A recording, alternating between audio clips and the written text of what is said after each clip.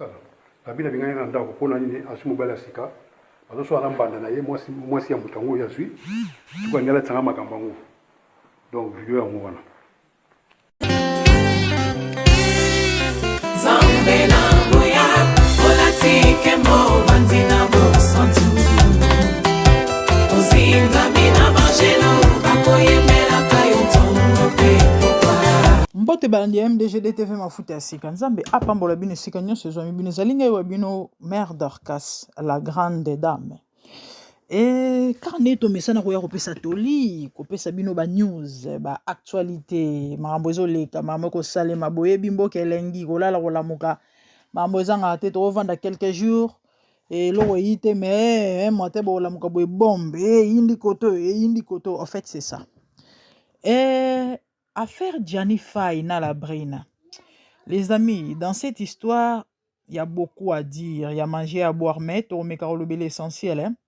Quand on est au messana ko pesatoli, et en tout cas, beau prêter vraiment matoi, ekosunga. Il y a liboso, ezo sala pasi. Et ça li pasi, comme on a biso Gianni Faye, notre comédien. Gianni a kepoto depuis 2008, bande wanangai. Depuis 2008, le autre on a 2022. 2022, on peut en réseau qui n'a aussi là. Attends mon séjour à 1 mois. Attends mon séjour à 3 mois, mais Anna Bana. Na évité, na remeka simba de part et d'autre. To bandana nous par rapport à et eux ils sont préoccupés hein likambo ya mokanda o etali pour na ndeko na biso Gianni batu nyonso bavanda na poto batu nyonso baza na France batu nyonso bayebi réalité mambo on etambolelaka eza na ngutu likambo te ya kosamba toyebi ke ndenge eza wana soki la Brine alobaki apesa Gianni mokanda alinga apesa mokanda mais pourquoi être si méchante tata ya bana yo c'est vrai ba raison ekokozala oyo alingi kopesela Gianni mokanda te bon soi-disant ou encore Gianni azala mobula basi ok d'accord a mobula basi a nyokola ye babilo mo abajar wana tout ça les amis mikolo leki na utero lobela bino si na sujet ya ingratitude na loba elo moko na ebite si vous vous rappelez na loba ki boy omoni so muto asali o mabe so muto asalo pardon bolamu mukolo muto osalo mabe kompase ata mbola mo asala ona mabe o asali eko épargner biso na makambo ebele et puis osala etozala moins de problèmes omoni bandeko na ngai bible zoloba vengeance na rétribution ezalaka ya nzambe vengeance na rétribution ezalaka ya nzambe yango omoni bible zoloba na biso tozongisaka mabe na mabe te nga na kokamwa la Brina malgré monoko makasi ebele azosala en fait personnellement nazo kopesa ye faute à 100% te ou encore nazo blâmer na okondamné ye na makambo nyonso te je ne dis pas que azaika mabe na makambo nyonso Gianni nde muto azaki pembe non mais quelque part mabe eza pe na ngambo ndeko na biso c'est vrai na ngambo Gianni pe mabe ezali mais tolobela nyonso la Brine so oza na France c'est eza Gianni. Moi je me rappelle tango Gianni kande alikaka na bamasolo ba émission kala tango la Brine ayesika nde panzanaki abengisi la Brine ndazo expliquer bien kabanda ko wanga na liboso relation ya bango mibale kala pourquoi parce que toyebi ke Gianni azala na mwasi na ye toyebi ke Gianni azali mobali ya mao na ebandeli bien kabanda na ko wanga la relation oh non la Brine c'est une petite sœur tanga komi tirki abengi ngai yaya sunganga na façon na lobela boyebi yaya sungangai toyebi toyoka yango toyebi yango est-ce que la Brine okokaki ata kotala babolamu wana nyonso te c'est vrai Gianni a mabe mais na mabe ya Gianni ya solo wana vraiment Gianni ata malamu moko wana ngo te boboti bana yo na Gianni mais Gianni kote mosusu azalaka pe nourrisa bana wana kotikala vani na bana ye parce que papa na bango okoki kotala ata kolongwa na yo place outi te mpo koma na France wana lelo ozodondwa na mokanda na bana tusa na nyonso oyo ozozwa to poza nango koma avantage okoki kotala yango te comment est-il méchante tina niveau oyo wana capacité possibilité kopesa moninga mokanda mokangi motema soi-disant po amabe est-ce que yo oa parfaite bolamu nyonso Gianni asala ata mibala ata moko okokanisa yango ata te e na bana abotisi yo papa bana yo ti Ah papa bana yo. Pourquoi être si méchante? Bandeko na ngai. C'est triste et regrettable. De 2008 à 2022, bota vie à moi na mobali. AJP yango epusani. Jani a plus de 50 ans. Azoki na ba 60 ans. Jani a muto lelo te. Jani a mukolo. Jani na sa papa ndinga zana aza mukolo. Mukande eza te na poto. Na poto so oza na mukanda te. Oa malheureux. Mutu nyonso ayebi yango. Comment la brune peut être si méchante jusqu'à ce point? Papa bana yo vraiment tu peux pas être gentil au PC mukanda ya solo wana. Comment ko nyoko la mutu tina niveau oyo vraiment obengani ye abimi sans papier. La brune. La brune. La brune. Okokanisa ta bolamu moko te la brune. O jani asala. O jani asala. Bandeko na ngai. Boyebi passé et rattrapera biso. Passé rattrapera biso. Jani Faye azala mobali ya mao, tout le monde le sait. Babota. Toyebi bamakelele bima walobi boazongisi boasali bo, mais ce qui est vrai ndeko mo salinga mobali na bomona comment est-ce qu'il y a plusieurs fois na ba émission ko lela ko regretter ko loba c'est vrai na libala to na bolingo so matata ezanga raté, mais toyebi. Vous croyez que soki ndeko wana a traité mabe ou encore cette dame n'avait pas mérité feedback topé merci à lolengo Jani apesa que croyez-vous que Jani sera erré? Kasika nde toloba auto salara ya onde to bukaraté la loi du karma. Jani yo tiki mwasi na Afrique. Ata so ngaro boya ye oleza lata na bandenge moko boy. Na soki bana, soki mwana, soki bana. Oleka pe na ba émission loba n'importe quoi lo bebele pona mama ya bana na yo. Bobo tina ye.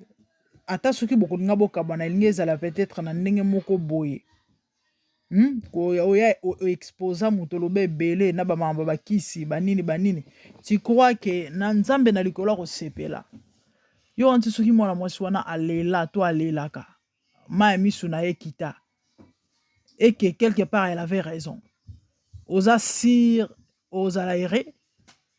Ya on a robon na ko senga na ndeko Jani so rolzwa occasion to grâce ya ko landa voice oyo to émission oyo. Papa, il faut bon la matema osa repentance sincère et surtout au réparer. Batunyon se bo sala mabe. Premièrement banana mama bana yo mwasi na yo ya kala mao. Réparer na ye. D'autant balo bako réparer elinge lo bateko ke elinge lo bakate fo ke zongele libala. So moni ko zongela ye yo, so moni pour zongele tes problème te mener à moi répare. Senga pardon et puis réparer. C'est méchant de ta part. Le lota ne okomite lengano. Tano ko mon lela na âge na yo. Na mboka poto plus de 10 ans. Oye lo banango wayambo quelle humiliance papa. Depuis 2008, 14 ans, 2022 yango zo ke na kosila. Mais c'est ridicule. Ndeko mobali bongo la motema. Réparer, senga bolimbisi. Et oza malamu mingi. Et osunga. Et puis na oloba boy na la brina. Ndeko mwasi. Onyoso to salaka to bukaka. Onyoso to lona to bukaka. Onyoso to sala na se. E futa maana ngoka na se. Ko kansa teke lelo yo o ndengo bengani Jani. Na nyonso faire subir ye. Nde ozala erezi. Déjà n'oublie pas que tu savais qu'azala ki mobali ya pire ya grande sœur na yo, pire sœur na yo.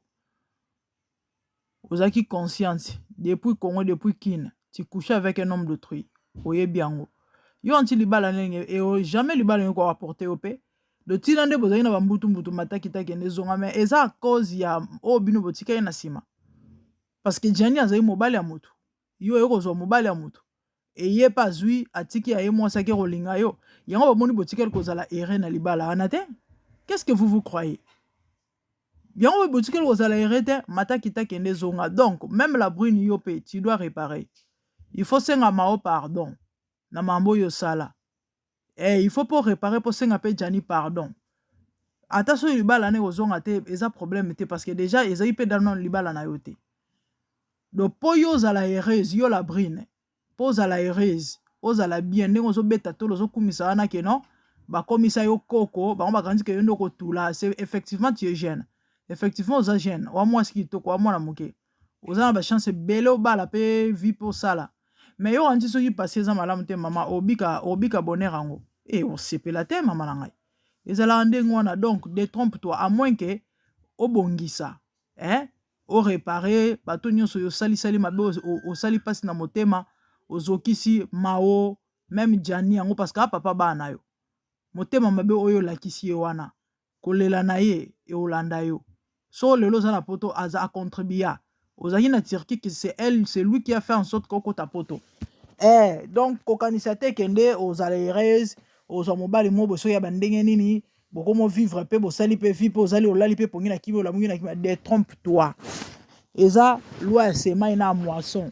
Genèse je crois chapitre 8 Bible ezoloba eza bongo mama eza bongo ndenge eza boye na jani fo bongisa passé ezo ganga la brine bongisa passé ezo ganga yango bomoni bino mibale botikali kozala ere na libala wana te ndenge eza boye vie pe ezo continuer et pour esili nanu te ezalaka bongo à moins que vous puissiez poser des actes qu'il faut pour makambo esila jani tu as tout intérêt à réparer na mama mwana yo soki mama bana yo mao parce que banyonso bayeba eke no azali mwasi na yo bobongisa soki ozongela libala te ya problème te mais néanmoins osenga bolimbisi si il faut se racheter na bandenge moko boye tu peux le faire bien kwala mokanda te wana poto mo bakayo pa mike obetaka bakope obetaka oluki mbongo moko boye sombela mao super luka mbongo moko boye senga bolimbisi pesa ye et osunga yo ofungolelo baporte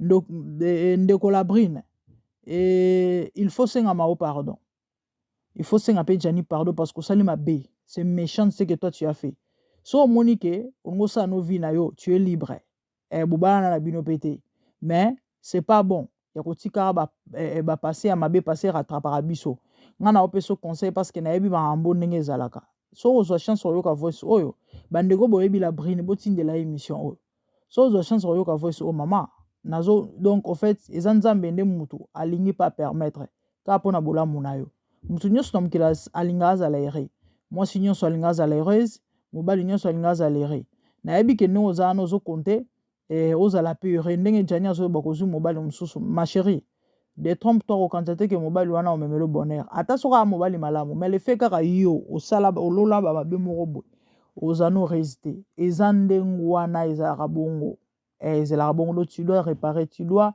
vraiment arranger bisiko wapi osalaki bambeba il faut bongisa donc vous avez vraiment besoin d'une repentance sincère bino nyonso mibale na yo jani na yo la brine parce que bino tout bosala mabe bosala mabe lelo bomoni kande balobaka le temps ezalaka maître ezalaka juge le temps ezalaka juge lelo siko to comprendre que non mawa souffre injustement lelo siko nde to comprendre que mawa souffre injustement bien ka mutu ape na ba erreur na ye c'est normal mutu mo aza parfait na mokili aza te mais lelo nde tozo comprendre que mawa souffre injustement ba émission nyonso bosalela ya kokosela mwana bato makambo ya bakisi ya banini en tout cas eza maa mingi eza pasi et puis il faut bobongisa na bakisi yango bokenda kosimba ngo wana soki mpe eza keno bosimba simo mwa babiloko bosangisa mwa bamatiti mpona basuccès na mpona banini mpona nyonso wana mpe eza na kati vous devez arranger avec Dieu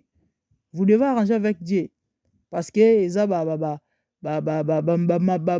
babenga ndi bamababe bamambo wana tout et je vais profiter mpona opesa conseil na mutu nyonso akozwa libaku ya kolanda émission auto voice o en fait dans la vie c'est comme ça yango bomoni il faut ko évitaka kosalaka mabe tala évitaka koluka kosenga bato bolimbisi na éviter so comprendre évitaka kokenda kosenga bato bolimbisi que cela veut dire il y a des gens au ba vivant na mokili oyo on dirait mokili yango ya ye na sens nini aosala eloko oyo azosepeleza malamu azosepe en fait même si la chose peut déranger ou encore et cause en a des avantages à bato mosusu neti ye ezo ko arranger Harmonica que non, aza libre, hein. Et il y a des gens qui vivent comme ça. Donc, ils s'en foutent. Il y a ma bête et des gars au likam o ya linga sala ko sala. Donc, ko ya inda beba toro bongisa. Ya kozala na langa joana te. Kozala na langa jite ke oyo ko ya toro bongisa. Ba maamba ko ke sala ba maamba mo boyebi ke ça peut déranger les autres mais toro bongisa. Na o ke senga pardon. Éviter eloko wana. Boye mam tout salaka. Ilanda biso kanga biso. Ata so ko senga pardon. Et à taper na pardon, il faut que l'homme pardonne difficilement. Surtout, n'oublie jamais. Mouta ko saote. Et tant que vous reposera ba acte bien te ozo tikara ba trace na ba mitema batu. Po na nini po senga pardon o bongi sa yeba ke batu nyonso te bazana motema olimbi sa pe ko bosana. Et mutu na vie atoko kana nyonso ozalaka toujours na besoin batu. Siko soki yo oza mutu oyo batu batikala na ba mamobo ya bien te na motema pona yo. Tu crois que lobino ozala malamu? Tu crois que demain quand tu auras besoin de gens ozo bato ba ya assister to soutenir yo? Bande onanga, il faut ozala mayele na vie faut ozala sage. Nde tozo vivre boye. Il faut vraiment kokeba. Faut vraiment kokeba parce que vie yana ba surprise ya ko sakana te. Il faut qu'on évite à kosala rabatu mabe. Yango moni Bible zolo na Romains 12 je crois. So tangi Romains 12 ba kota sewana ezolo ba non, je crois na ebandelia à partir ya ba zonka ba 5e verset kita ou encore avant et ko banango pe na premier verset kita. Au mona verset o ezolo ba ke si cela ne dépend que de vous, hein. En tout cas, soyez en paix avec tout le monde. Et baba kisi balobi poursuivez la paix. Tala kozala bien abatu to pe kolika kimia na batu et ezalaka motuya pourquoi nzamba yebi ke mututu na mokili oyo aza na besoin mutu. Même Yesu azalaki nzamba ya na mokili oyo mokili tata na ya azali toujours na besoin batu azali toujours na besoin batu. Maman détrompe-toi, papa détrompe-toi. Yo mona ki okoka na nyonso. Mona batu bilo opamba. Tu parles légèrement contre les gens ou encore cruellement ou encore tu traites des gens de l'autre côté parce que yoza ozali et posana o yozali, faut faire très attention. Et yana batu mususu à cause ya position ya force o azana na société to na milieu a mona neti ke no yende ko azo ba lobité. Azoe ba lobité tala malade robeto lelo vous se retrouvez cloué dans beto hôpital vous en avez besoin de ba otombola yo vous en avez besoin de ba lesa yo vous en avez besoin ba to ba sunga ba memo na toilette. Faut faire très attention, éviter ko sala batu mabe, éviter ko zokisa mitema ya batu, c'est pas bon. Oyebelo ozo se mete, c'est pas bon. Et batu wana tango ba na pe olela pona yo et vous en avantage na yo te. Evitaka mutu alela na kombo na yo. De son na kopesa mutu moko conseil ozolanda ngai. Na ba forme nyonso. Na ba lolenge nyonso parce que na mokilo ba mambo eza etelme ebele. Tokuta na ba mambo ba ndenge na ndenge. Conseil na opesa nga ndeko na yo, evita ko lelisa mutema mutu ou encore evita mutu alela na kombo na yo. C'est très dangereux, surtout na ba couple. Moi si boya mobali na tangiselo ma ya misu mobali boya surtout moi sa tangiselo ma ya misu moi so alambelako moi so abotela obana moi so sukulela ko bilamba azika a moto pona yo boya eloko wana evitaka yango parce que tu ne seras jamais rebota la jani tata mokolo asali soki 14 ans na poto mukanda teta lelo jani omo lela neti mona muke na ba téléphone boye na ba voice boye ezo ko panza ezo tambola mokili mobimba. Quelle honte, quelle humiliance. Oyo lo bata boketu vraiment ezelo ko sali pasi ezelo ko sali pasi personnellement so na ko sala émission oyo ezara pona pesa biso toli na vie yeba ko sa malamu tika bilembo bien ba trace bien parce que bolamu e bundela mutu bolamu elobela moto. Tant que vous semé ma bé, au tiki passé a bien te passé et qu'on rattrape yo. Nde conseil na zaki na wana posa na pesa moto moko ozwi tant ko landanga. Oyebi ke o bebisa c'est le temps de réparer. Que no senga pardon, que no bongisa. Et longolo et l'autre. Et longolo et l'autre. Tu te rappelles ou encore tu te souviens d'avoir offensé une personne na bandenge moko boy na passé na yo ndeko na yo papa na yo mama na yo ami na yo na parcours na yo kesenga pardon kesenga bolimbisi eza vraiment très important et ko épargner na marambo belé mais so saleli ki mutu makasi parce que yo nde à cause oyo zana ngo etali yo mokolo kolela tamso ozala trop tard tamso ozala trop tard. En tout cas bandeko nanga namoni na osuka awa. Mais ya motu ezaki message eleki. Et abonnez-vous massivement, faites large diffusion quand de tolobaka, obite obiki sanani.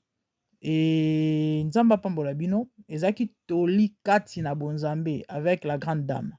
Quant à moi, je vous revois prochainement. Que le Seigneur vous bénisse. À plus, merci. Babila bingana na ndako pona nini asumu bala sika. Bazo ala mbanda na ye mwasi ya mutango ya zwi. Tukwa ngala tsanga makambango. Donc video ya mwana.